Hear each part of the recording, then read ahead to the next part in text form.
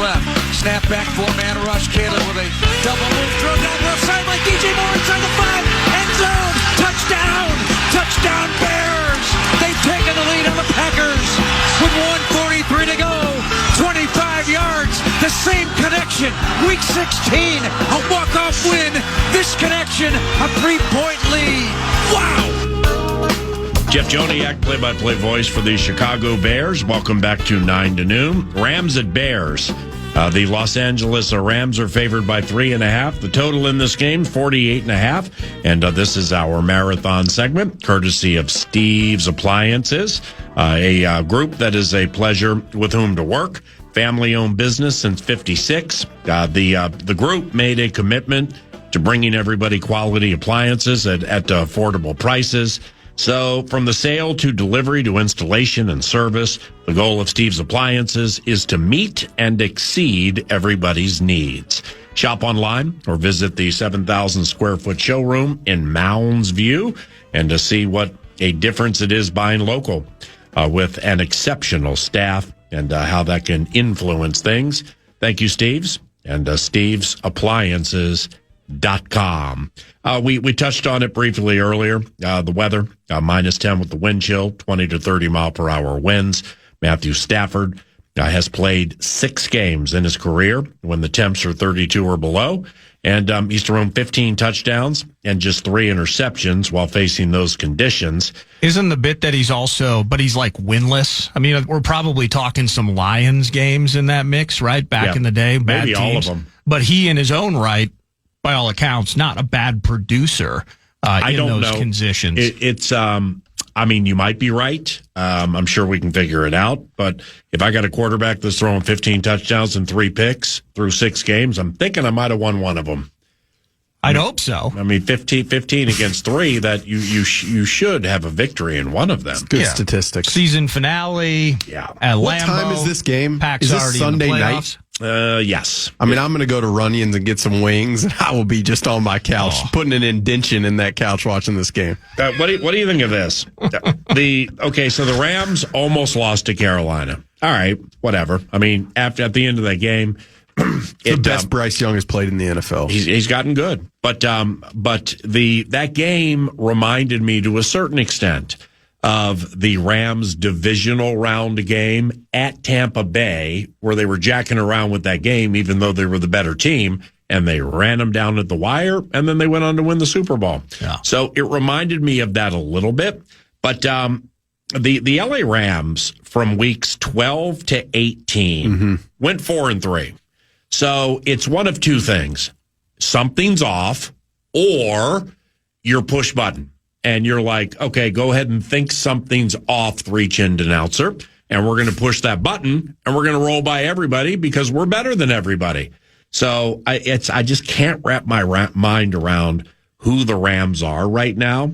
Chicago's pass rush ain't great. Yeah, that's you said that earlier. Somebody said that earlier, and that's a critical component of it because their cornerbacks and their secondary is not full of a ton of big names, explosive, ball-hawking guys like Seattle has or Houston has. Like, they don't have that level of talent in their secondary, so they need the pass rush to get home so those guys don't have to cover. And I don't think that pass rush has done as good of a job, and that's part of it. And then they didn't have Devontae Adams for a stretch. So those two components are probably the two areas that would give me pause, but they don't give me much pause, is what I would say, Nordo. Well, you mentioned the 4-3 record. Well, what was the consistency in those games? And it's wonky. We're looking at defense here. That's the key. Number 1 offensive operation in the NFL, MVP candidate, et cetera.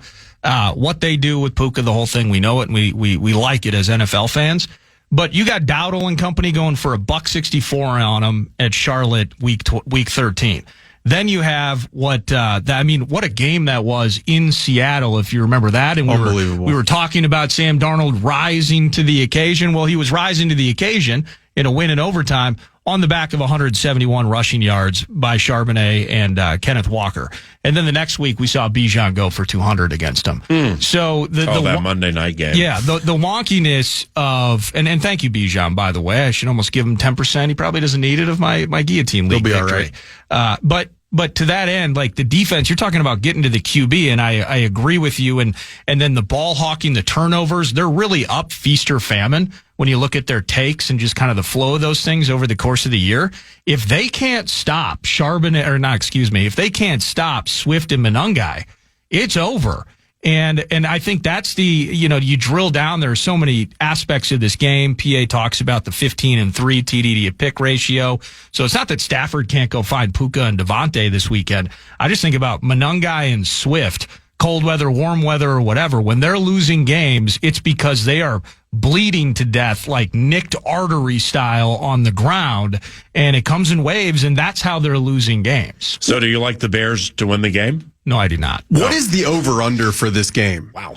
Is the over-under 60? No, it's 48.5. I mean, it's high. Well, right, but I mean, 20 to 30 mile per hour winds. That's true. And a total like that with that weather? Are you kidding me? That's true. But the Bears defense, I mean, if they aren't generating turnovers, it can be a real problem because their pass rush is not menacing. And the Rams are fourth in the NFL, or fourth fewest turnovers, I should say, just 15 all season. So it could be, and I will also say, I mean, the coaching matchup in this one from a design perspective, there's probably going to be McVay trying to prove to Ben that he's the best, and Ben trying to show everybody, how much confidence he has in himself. Like there has to be a little bit of a arrogance, ego, design, creativity aspect and component to these two play callers in this game. You would probably agree. I totally agree. For me, the reason that in the end, when I go with the Rams, for me, I'm believing that McVay is going to unveil one of the better rush schemes that we have seen in this cold weather to, in some ways, protect themselves from turnovers. And you're going to see that seventh-ranked offense when McVay, you want to talk about push button, his ability to manipulate and do different things just because he has to. It's not about being flashy. It's about winning freaking football games. I'm really leaning on, whether it's fantasy or reality, I love Kyron and Blake Corum in this game. Here's the other component. The Bears lost TJ Edwards, their starting linebacker, and the Rams love going 13 personnel, which to stop that, you probably need more linebackers on the field. Right. So you're talking about your Ruben Hippolytes and your linebackers that you're not loving to have on the field in a divisional game. That's might be a component of it. Yeah, I mean, look, that's the prep you got to do, Nordo, to analyze these football games. The Bears, off the way they beat Green Bay, the celebration after, the press conference after, okay, then you got to come down. Yeah. Then you got to get up there again against this guy coaching on the other side, and they got rings. The cunning, the guile, the ring cred of the LA Rams. I'm not saying like Bears cute operation. I'm not saying that at all. They've earned every single thing, every accolade that's come their way. I just, the finish to the Packers game was not of the Minneapolis Miracle variety. It wasn't a big shocker.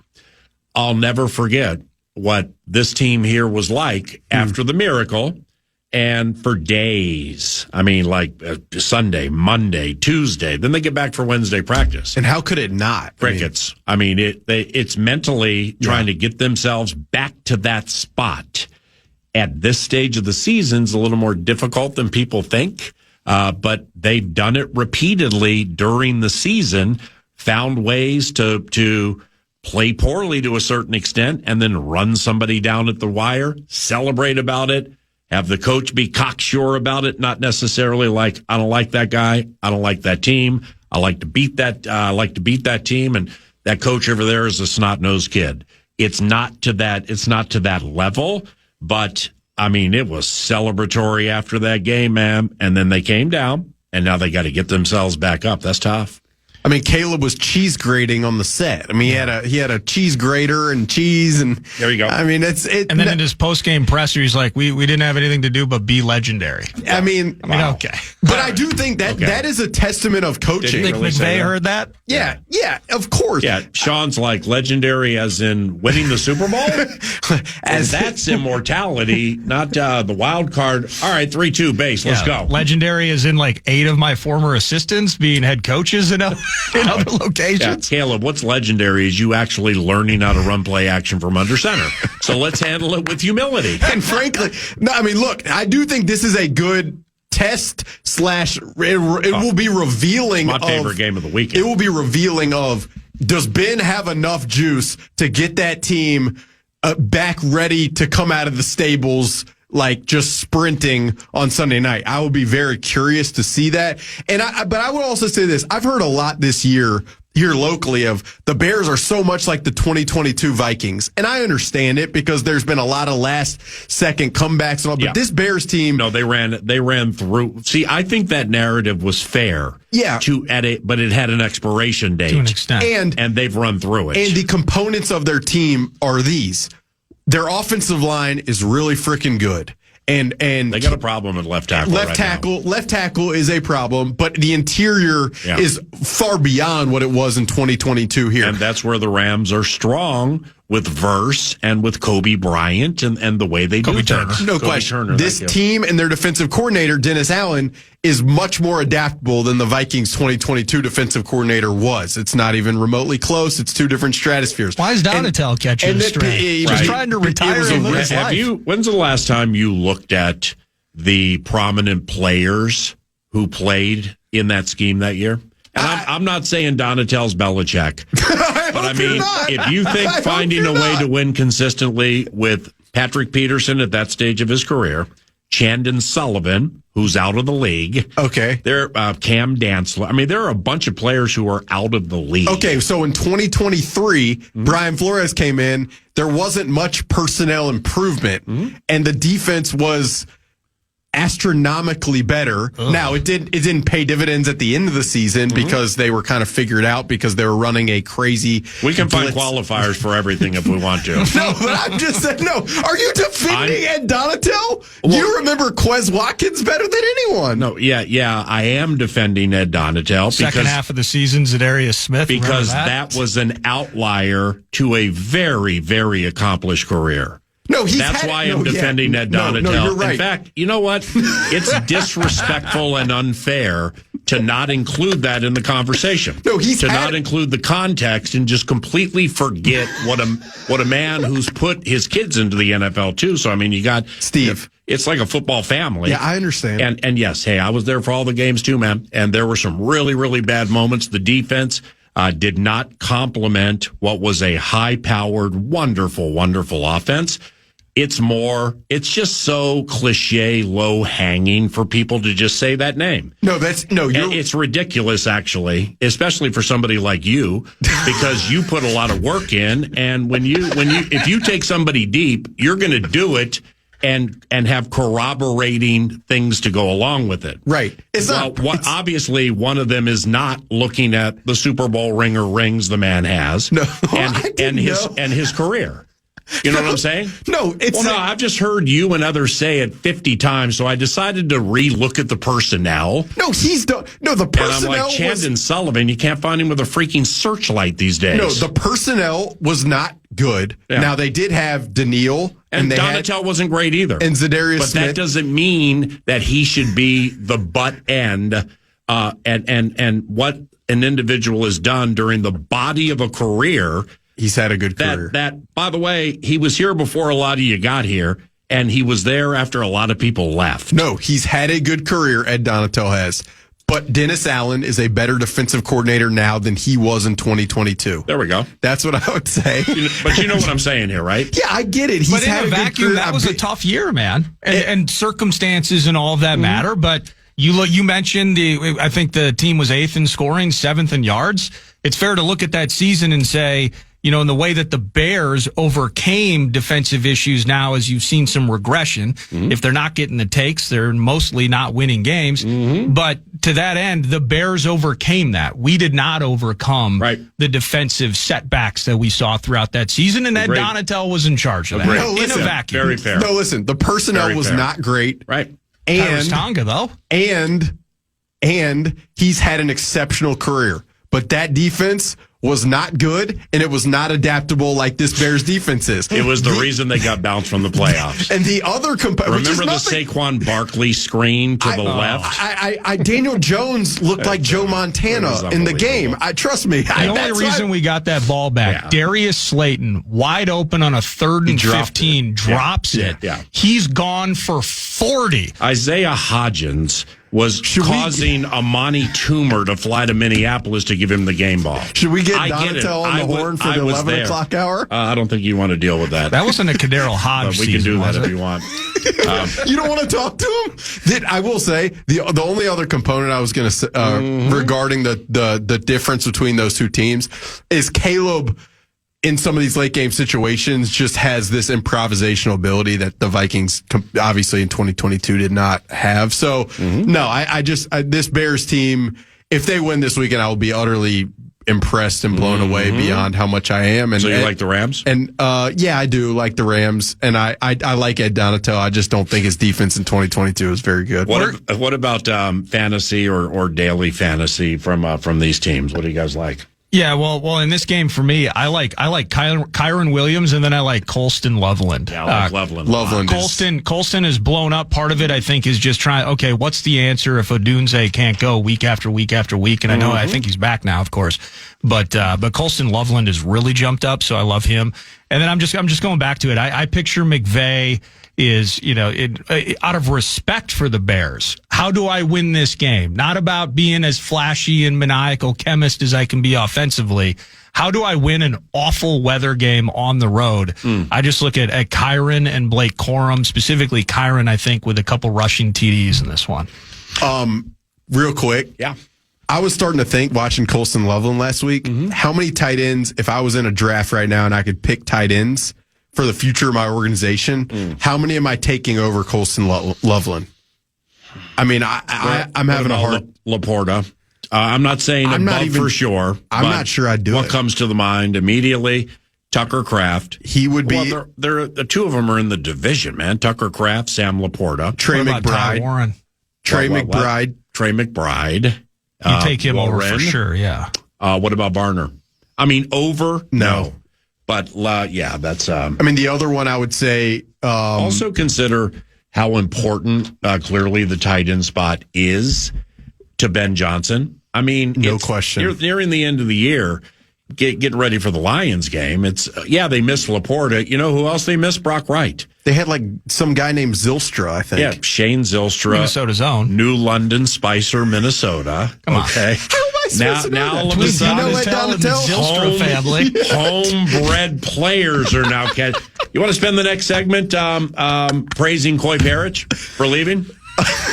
We can do that if you want. Him taking that opportunity? I'm not going to praise his muff punt return against Cal. I'll tell you that. Devontae Adams is another that I would use for daily fantasy. Loveland is the pick. Loveland, I mean, against Nate Landman in coverage, I feel good about Loveland. What do you think about the 3.5 spread, though? I know we haven't really talked much about that. I kind of feel, again, I love the Rams putting themselves in a spot and just, I mean, this is super hypothetical, like story time, game flow. I feel like Caleb has a chance and they come up short this time. That's how, out of respect for the Bears, I just feel like they're going to have that shot with you. But the carriage turns into a pumpkin. Yeah, I'm in lockstep with Nordo, where I do believe it'll be a tightly contested game. It's, last week, the total on the Packers-Bears game, it's bad weather and all this kind of stuff. And then I'm like, well, I asked Nordo, what's the total? He goes 44.5. And I go, well, that thing's going to soar over. If it's that high with those defenses, then I don't care what the weather is. It's higher this week. Same Bears defense that gave up 21 in the first half. Rams defense and Green Bay's defense. Now, Quentin Lake, I don't think he's playing. I think they have a member of their secondary is down. But still, the pass rush and the interior work that the Rams defense can do, I think is going to dictate tempo in this game. However, Ben Johnson, before free agency last year, he saw this. I don't want to jack around with everybody in free agency. I'm trading for this guy. I'm trading for this guy, and I'm signing what I believe is the best center on the market, Drew Dahlman, on the first day of free agency. But we're going to trade for Tooney, the guy with all the rings. And they traded for Jonah Jackson, right? Because we know if we get to where we want to go, those are the guys to beat. What's the best way to beat them? You got to fortify the inside with these guys to give yourself the best chance. I just think it's next level work. With the spread, Nordo, the thing for me is, I think it's still at 3.5, right? Rams favored. At some point, I just wonder if this Bears defense runs out of gas.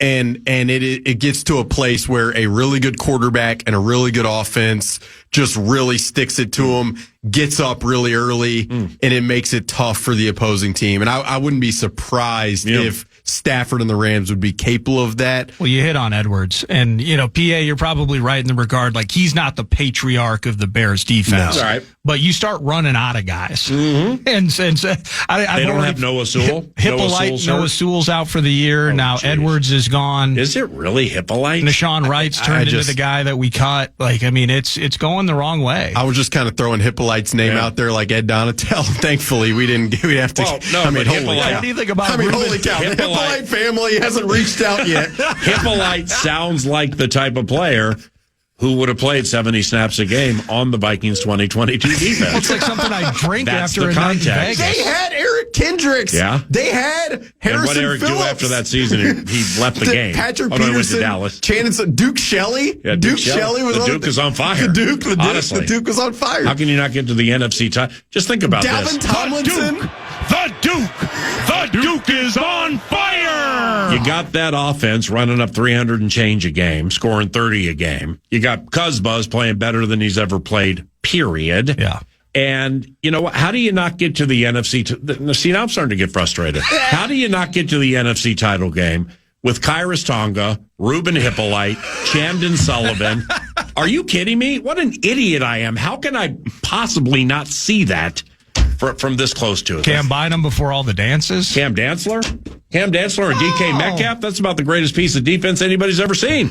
Played 70 plays a game. DK Metcalf has not been nice to this team. All right. That's how it feels. Anyway, yeah, it was, the 2022 Vikings doesn't need this much conversation. If Ruben Hippolyte plays, maybe he'll surprise all of us. I wouldn't, if we were spotting up, I would not spot up on this game. I can't figure it out. No. I'm not the Rams. I can't give it. Because they're just not covering it. Just get some wings and enjoy the game. But I'm with Nordo here. This is the one where if the Bears are down 14, 17, whatever, and they come charging at this team, this feels like the one where they may come up short. We have some money to give away, and here it is. The Fan wants to give you a shot at some bonus bucks with the National Cash Contest. Go to KFAN.com and enter the keyword PAY. PAY. Simply enough, the keyword PAY at KFAN.com.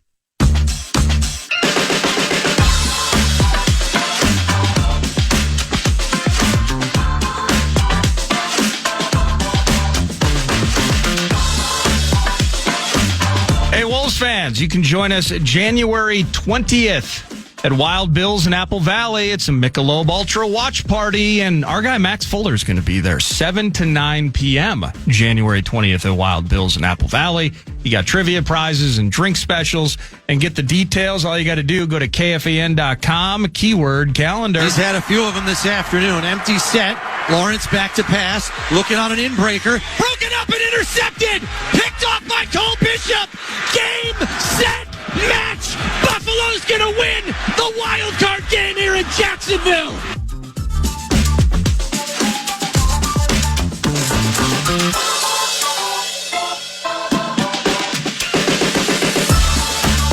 Onward. Bills and Broncos. As you just heard, Josh Allen and the Buffalo Bills defeated the Denver Broncos in the wild card round. And the feast heads into the second half of the presentation. The first divisional round playoff game this weekend is tomorrow at 3:30. Denver is favored by 1.5 as the AFC's 1 seed. The total, the over-under in the game, is 46.5. Denver's defense led the NFL in quarterback sacks, pressures, and hits. Can Josh Allen run away from all this pass rushing tumult? Here's what I deem to be a compelling stat angle or tidbit. I had no idea this was the case. Bo Nix attempted the most passes of any quarterback in the NFL this year. He did. That's crazy. I never would have guessed that. But if you looked at the air yards of those passes, I bet they're real short. Right. Yeah, I think you're right. Jacksonville, how about this? Jacksonville averaged 6.7 yards per run in the wild card loss to Buffalo. So this one is Denver's 1.5. You can run on Buffalo, but Jacksonville ran well on Buffalo, but not well enough to win. How do we handle this one, gentlemen? The Bills. I think the Bills are going to win this football game. And it's not just Josh Allen. Mm-hmm. Their coverage disguise defensively has been really good of late. Now, they can be run on, like you just said, but passing game-wise, they can really give quarterbacks problems and bother them. So this is a Bo Nix prove-it game to me. Mm-hmm. And I've told you this before, and I've said it probably on the feast and in person off air.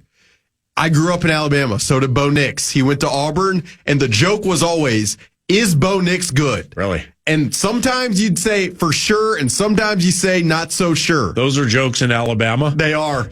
Is Bo Nix good? Sorry, we'll talk about Ed Donatello. We are laughing right there.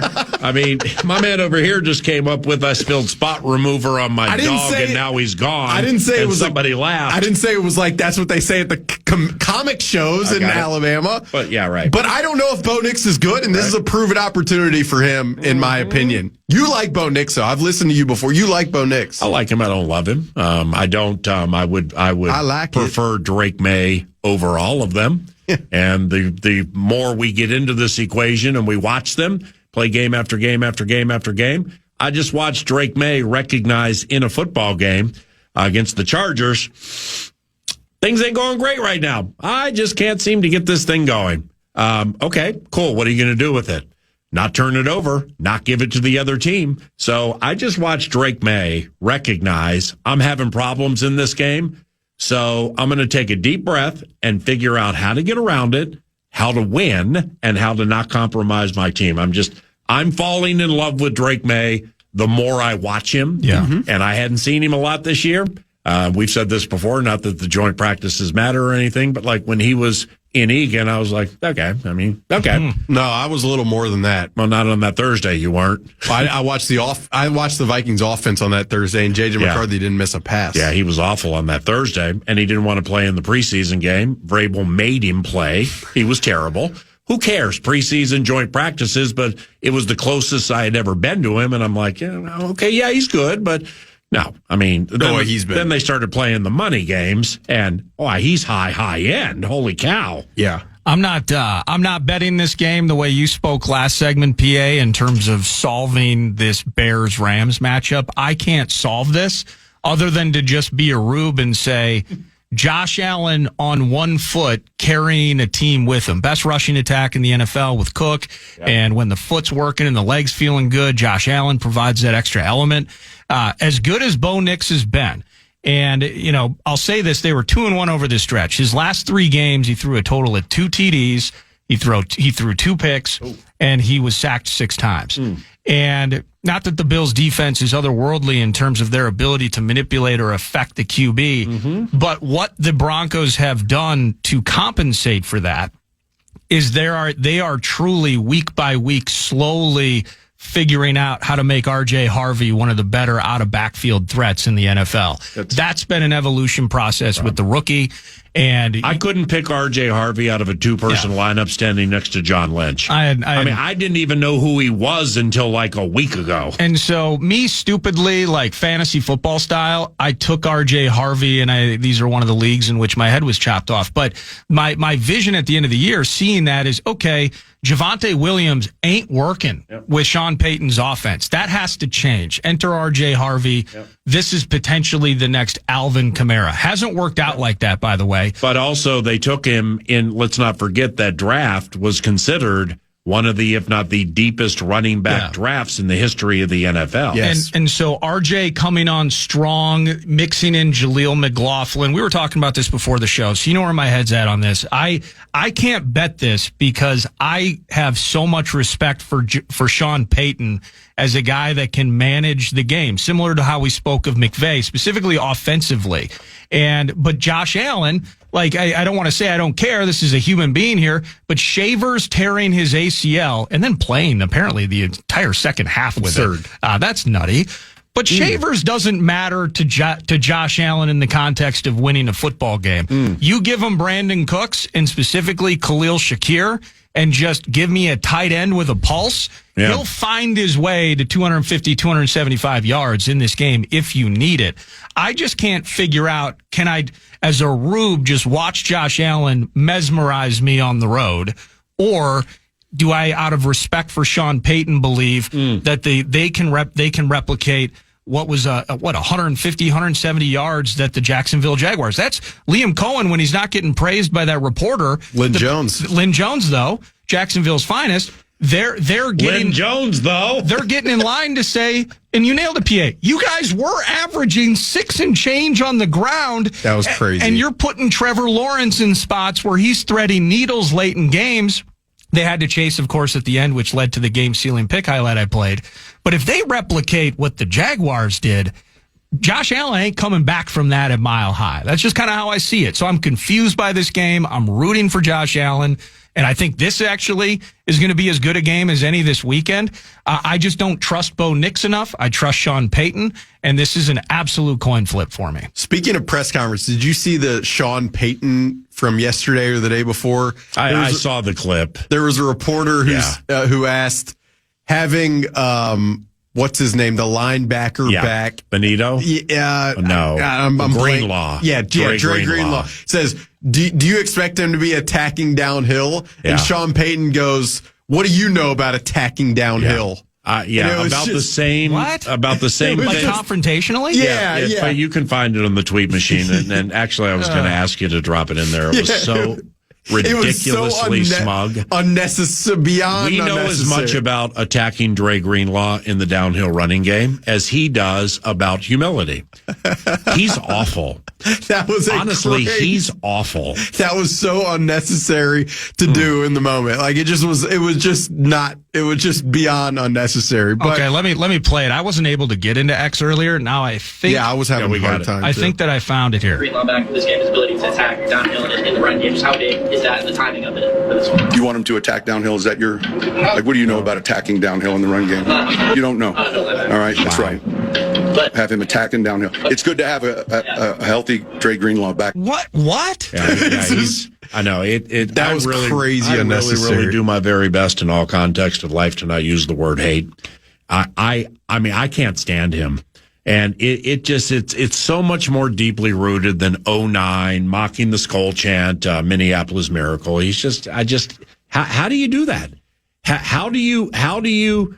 And if you listen to the guy, I don't even know who the guy was. The guy sounds like a kid. I think it might be there's a guy who covers the team, Luca Evans, who covered USC for a while. Okay. Who's he asked a harmless question. Yeah, it was beyond. Yeah. It was beyond. In fairness, I haven't watched enough Greenlaw to say that. Yeah, he's that guy that fills gaps and is a downhill Jasper Brinkley run thumper. What do you know about attacking downhill anyway? Yeah. But yeah, up against the Bills in the top-rated rushing attack in the NFL, I might think to myself, Greenlaw back, top rushing attack in the NFL. I might want to ask a question about how that impacts the freaking run defense. If the kid who used to be the intern or the Cub reporter at USC, I mean, he probably was shaking in his tennis shoes when the anti-fight came at him like that. But, I mean, if there was an opportunity there that was missed, because when he was like, what do you know about run? Well, first he said, so you're saying you want them to run? No, I didn't say that. I'm asking you, do you expect that? Because that's what we do. And then he would have asked me, what do you know about this? And I wouldn't have said it, man. I'm talking big right now. But there was an opportunity for him to say, Yeah, you're right. I asked the wrong question. That year you were suspended, I forgot. How much money did it cost you, and what did you do during that time, and why were you suspended? Well, we all forgot. I was thinking, like, if it was me who asked a question like that, and they made a movie about his year being suspended. If I got that answer, like in a press conference, I hope they lose by 30. I don't think I would do very much, but I would definitely go back to the media room thinking in my head, like. That's not probably the but he wouldn't have heard your question because you whisper them, which is fine. Then I wouldn't get yelled at or whatever. You ask questions in the form of an apology. Hey Kevin, so sorry. I tried to ask Kwesi. Like you're inconveniencing. I tried to ask Kwesi a direct. Look, I will say this about that game. Yeah. I think the tight ends for Buffalo are going to be huge. Really? Whether it's Dawson Knox, Dalton Kincaid, or Jackson Hawes, the blocking guy out of Georgia Tech. Wow. And James Cook is really, really, really good. Mm-hmm. But the second level of the Broncos defense is the one that I have questioned, is the area of that defense that I would have a question about. Mm-hmm. So the tight ends for me is something that I would watch, but I think Buffalo, it's Josh Allen is such a special player, and the way he handles things really impresses me week in and week out. So, will be interesting to see if Buffalo can keep moving this thing forward without the other elite quarterbacks in the AFC in it. I would try James Cook. I mean, I guess, but all the numbers are going to be high. Now that I actually know who RJ Harvey is, and put a little time into USC. There you go. I mean, UCF. Yeah, Central Florida. Yeah. Rookie second rounder. Hasn't had a 100-yard game. Cuts time with another no-namer. But I had no idea how good this guy was catching the ball. So I probably would get sneaky with RJ Harvey a little bit from the DFS standpoint, but that's about it. Okay. Yeah, right. I'm on the running back, and I'd be on Khalil Shakir. 10:50. Dalton Kincaid for me. We have one left, Texans and Patriots. We'll hit that next.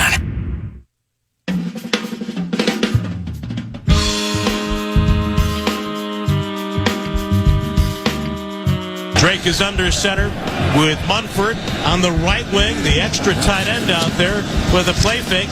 Drake on a deep drop, slides left, throws it to the end zone. Hunter Henry makes the catch. He's into the near pylon. Touchdown, Patriots. That's what I'm talking about. Drake May for a final time on this wild card Sunday drops to the knee, and Mike Vrabel's going to run across the field and shake hands with Jim Harbaugh. And then, of course, he'll go congratulate his team. The Patriots are moving on as they handle the Chargers, the defense, the special teams, collaborating for most of the night, and then eventually the Patriots salted away. Salted it away against Jim Harbaugh's L.A. Chargers. Now they get the Houston Texans. And this one is Sunday at 2 o'clock. New England's favored by 3. Can I clomp on you guys for a moment? Just ask you, what do you think of the 3 playoff opportunities for Justin Herbert? Like, whether I know their inability to run the ball, but you mentioned Harbaugh's operation, and Herbert, as good as he has been statistically over the course of his career, it was ugly at times watching that game in that loss to the Patriots. What was the question again? Think about what? Just what do you think about just Justin Herbert's playoff performances? I want to go back and watch the film of that game. I don't even recall who he played the previous 2.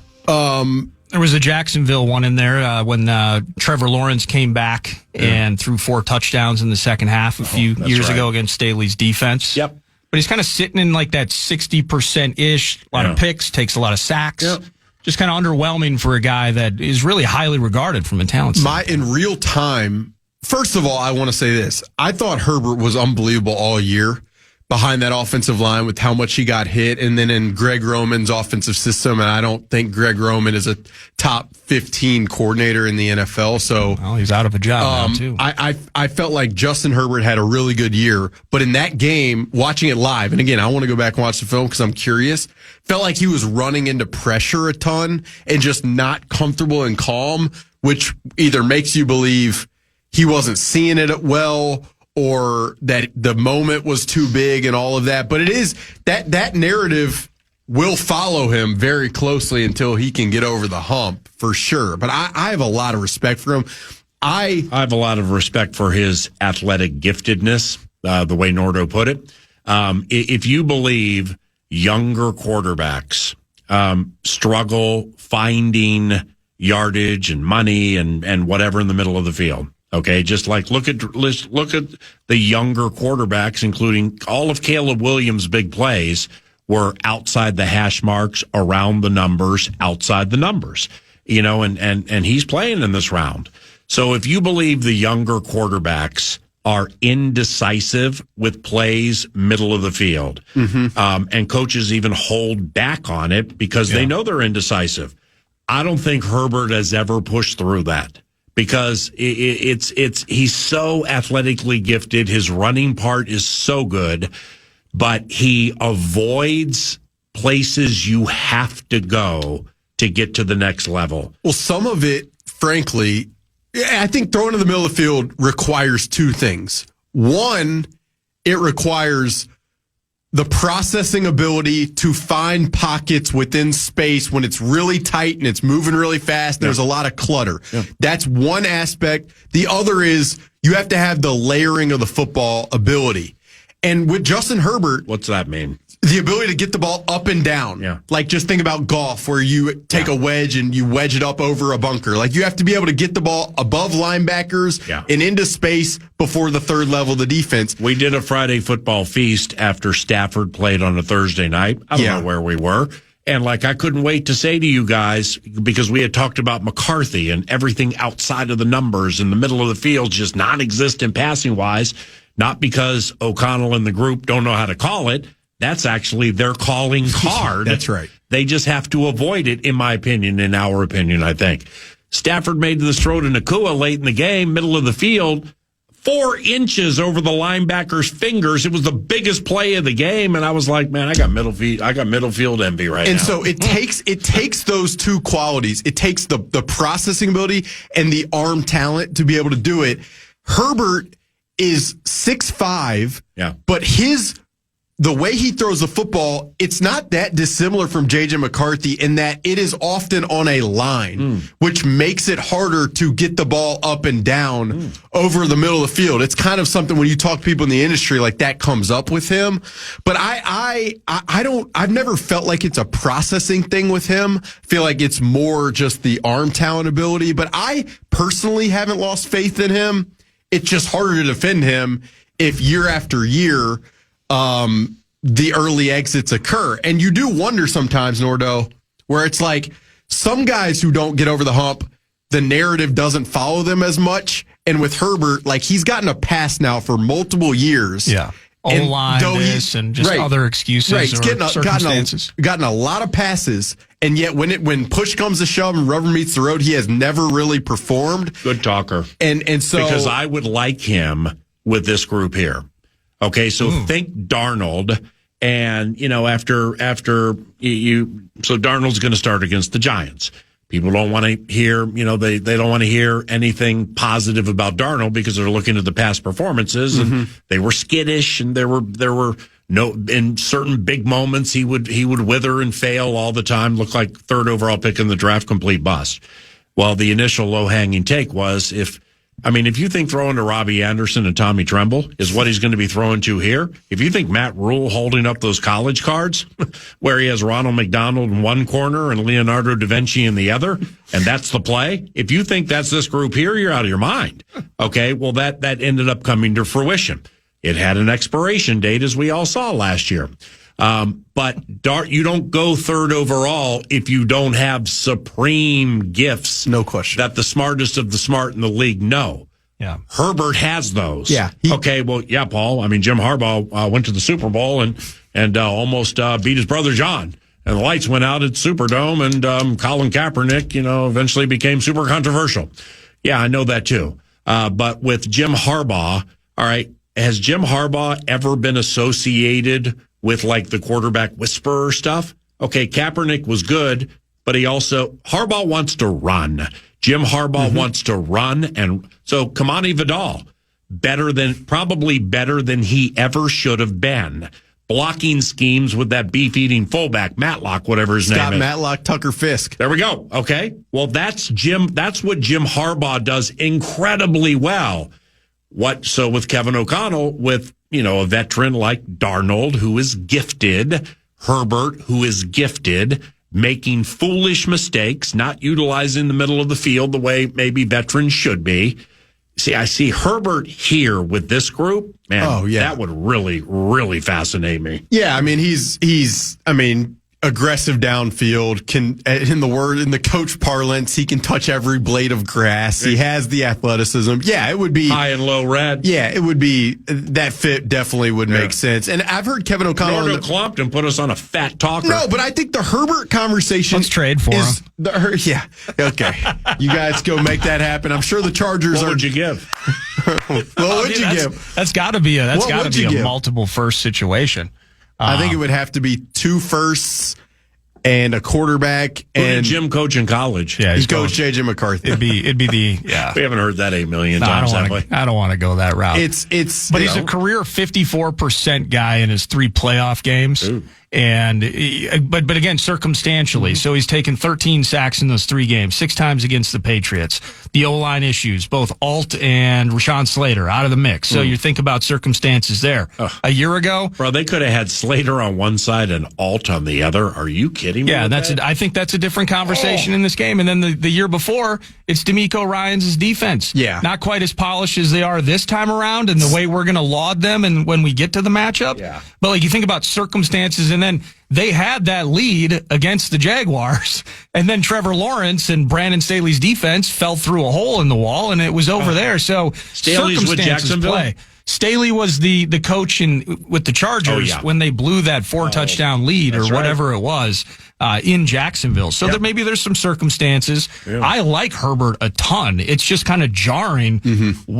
Regular season now versus 3 independent, unique games of his. Very, very different. This is a segue in many ways, but you just mentioned Herbert going up against the Texans defense and DeMeco last year.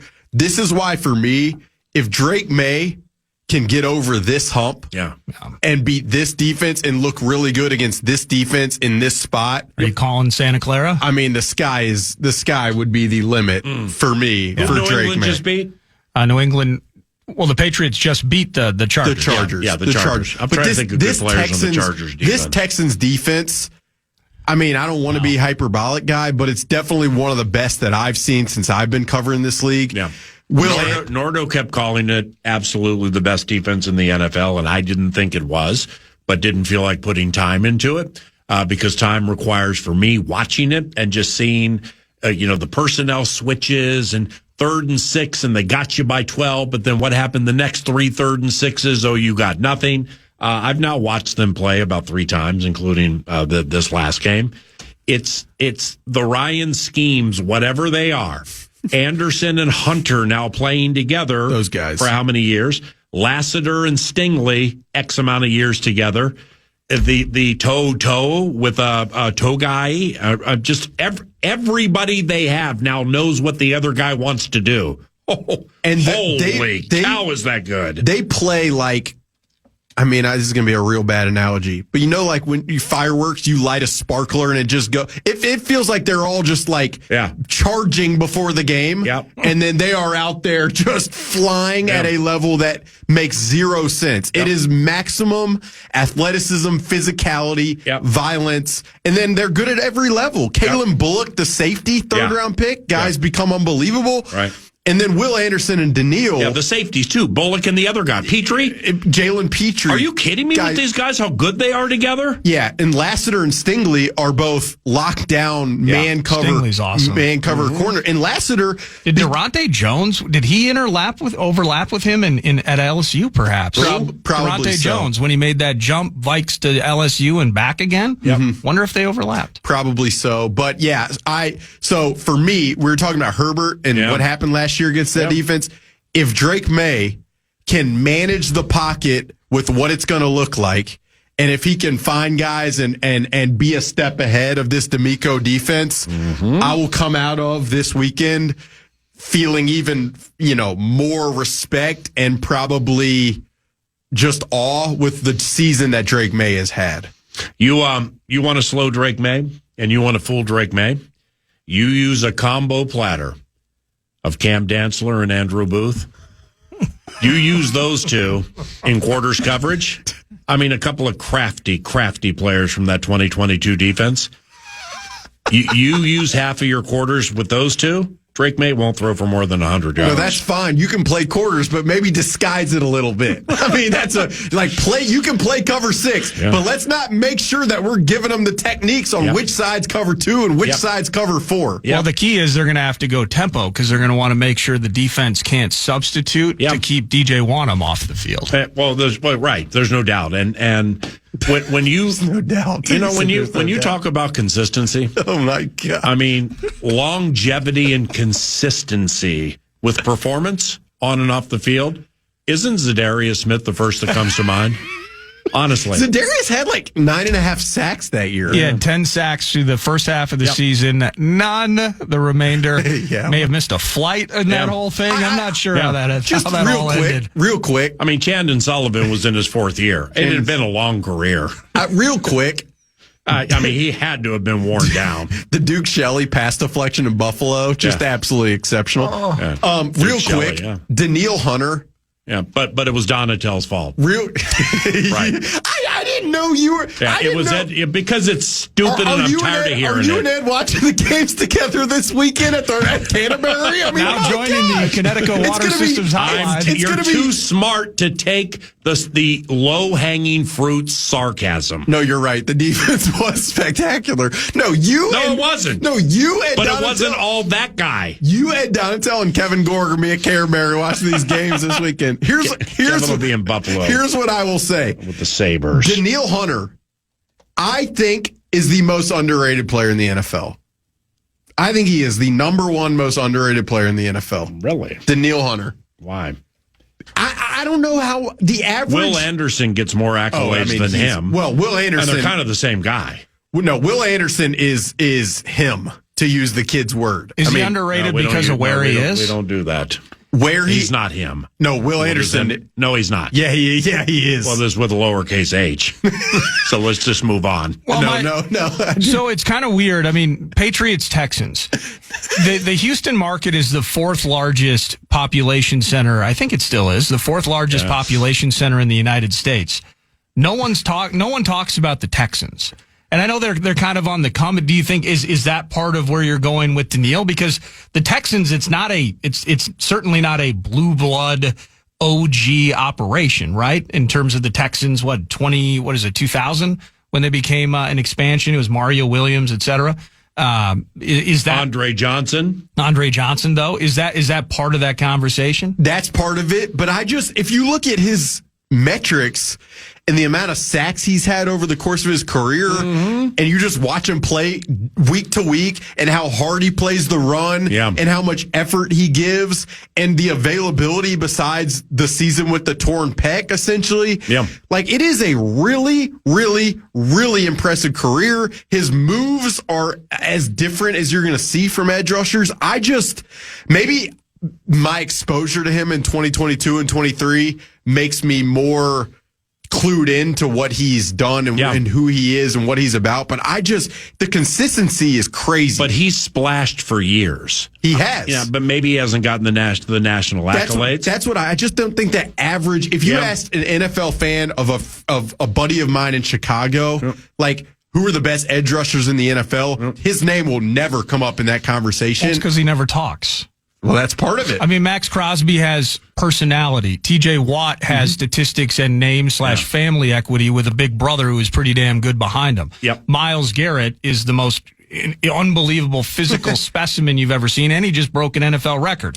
Danielle Hunter, who's, Greek god cut out of stone style himself. He's a sweetheart. But if you were to approach him, you couldn't do the 30-second elevator conversation with Danielle. Tough, yeah. Danielle is not interested in being in the spotlight, and I don't want to speak for him, but that's what it feels like. Yeah. So he's not going on shows. He's not starting podcasts. He's not doing any of that. He just goes out there and eats quarterbacks. 15 sacks again this year. He's got 114 through 10 seasons played. Wow. And that's with the weird, remember the neck thing? Love him. I mean, we had COVID. We're out there. Everything's social distancing. Who would you rather have, Danielle or the Gank?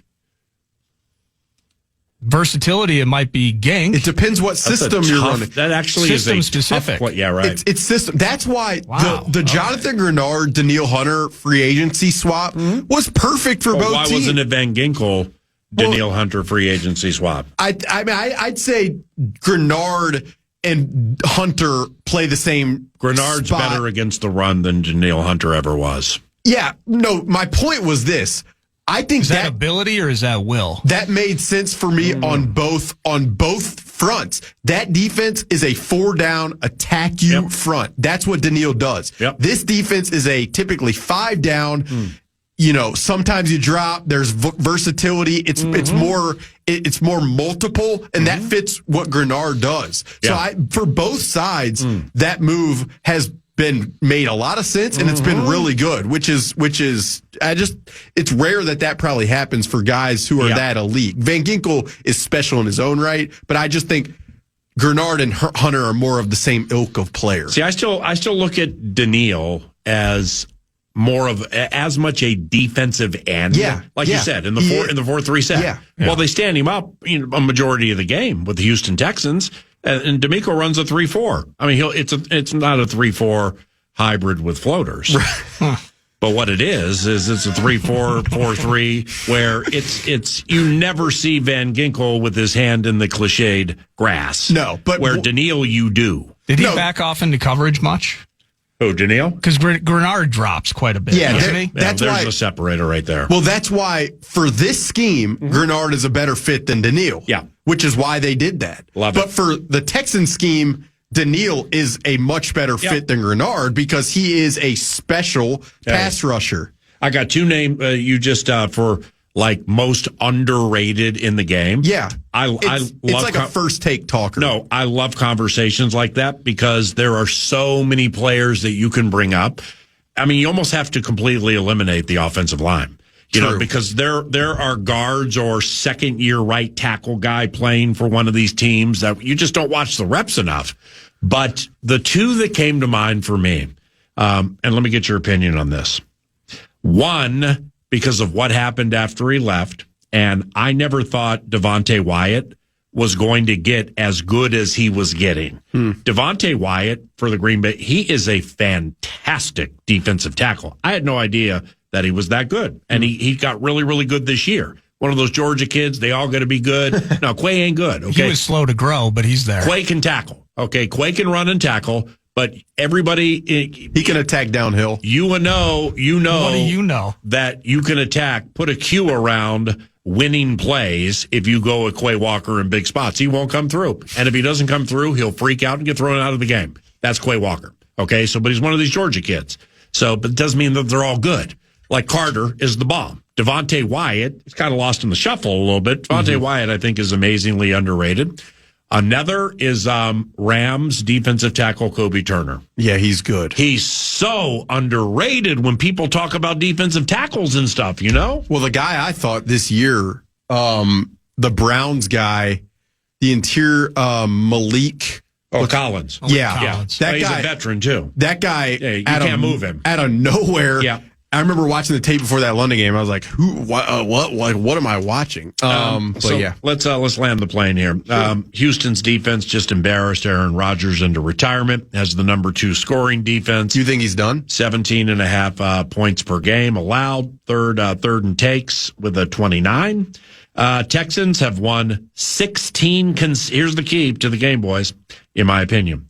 The Texans have won 16 consecutive games when scoring at least 20 points. So that's the rub.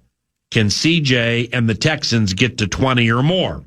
That's super key there from a fantasy, a DFS standpoint. I like Will Anderson against rookie left tackle Will Campbell a lot. I don't know if you can find, if you play college basketball, then you undoubtedly can find some type of rush, hurry, or sack total that you probably can bet 50 grand on and then ruin your life. And that's about it from a DFS standpoint. We'll get your opinions and your picks and stuff like that when we return, but first. The Fan wants to give you a shot at some bonus box national cash contest style. Go to KFAN.com, enter the keyword bank. Might bank some money with the keyword bank at KFAN.com.